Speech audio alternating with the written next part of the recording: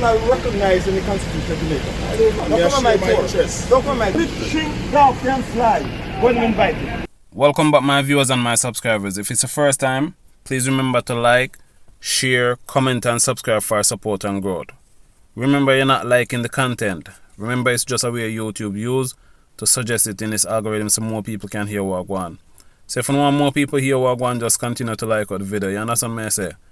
Now I'm going to jump into the intro and then I'm going to come back with what I have to say.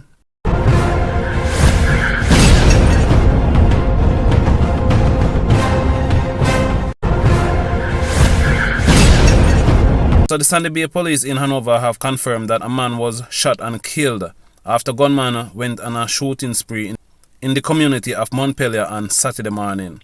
The deceased has since been identified only as Tupac of Barnes Lane in Montpelier. It is reported that about 2 o'clock, men with high-powered weapons opened fire on several houses in the community. Men also reportedly set fire to a business establishment and a motor vehicle.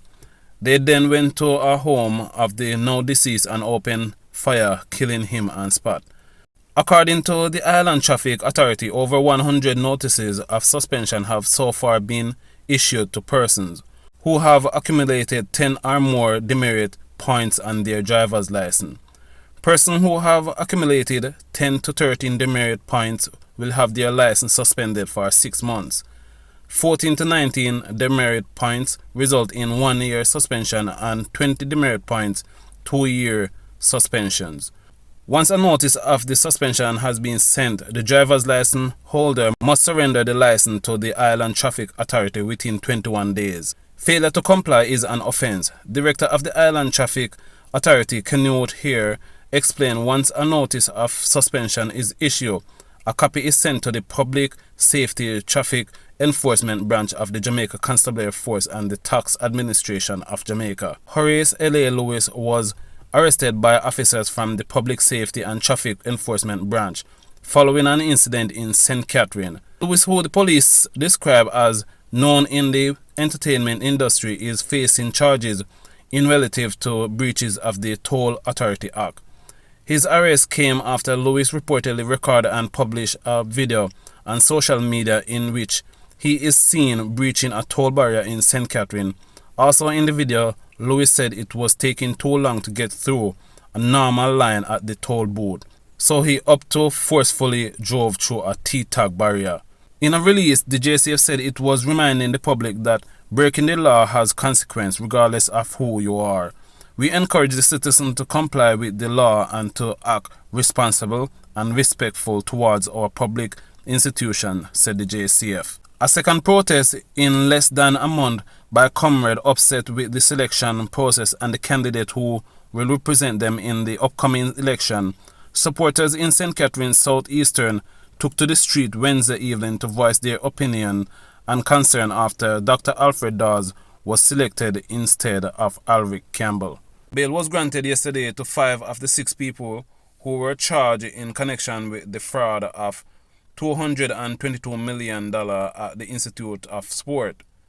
The accused Johnny Mills, Andrea Picton, Rodolph Barnes, O'Neill Hope and Shireen Ferguson were all granted bail in the sum of $500,000 when they appeared before the Home Circuit Court.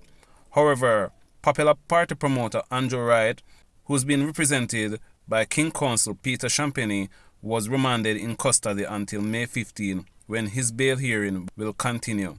The 6 are accused of being a part of a team of former employees of InSport who wrote, signed and encashed fraudulent checks, payees who were neither employees nor contracted worker of the entity. Dancehall selector Foota Hype sends a strong message to his enemies and those who seek to harm him. Recently, Foota Hype claimed that he was receiving multiple death threats. In response to those threats, the selector released a picture of a gun and a table along with a cryptic message. Foota Hype shared the photo via Instagram displaying a black gun with the following: protection day and night from even the pestilence that walketh in daylight. However, some of his fans and followers on Instagram were not pleased with the selector showing off the weapon, as one comment read, "Now they just know to come as a group and bring rifles. Sometimes some things are best kept as a secret." 34-year-old Javon Dixon, a taxi operator of Limehall District in St. Anne, has been missing since Monday, May 1st. He is of dark complexion, slim built, and about 5 feet 7 inches tall. Reports are that Dickinson was last seen at home. His mode of dress at the time he went missing is unknown. Efforts to locate him have been futile. Anyone knowing the whereabouts of Dickinson is asked to contact the nearest police station or the St. Anne's Bay Police Station at 876-972-221 or the police emergency number 119.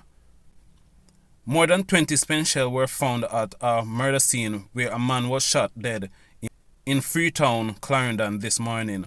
The deceased has been identified as 33-year-old Leroy Nelson, otherwise called Ray Ray, a resident of Rose Hall District in Freetown, was sprayed with bullets by his attackers. It was reported that around 1:37 a.m. residents heard numerous loud explosions sounding like gunshot and summoned the police. Upon their arrival, lawmen saw Nelson lying in a pool of blood and suffering from what appeared to be multiple gunshot wounds. Crime scene detective processed the scene this morning and found 26 pence casing. Please remember to like, share, comment and subscribe to the channel for support and growth.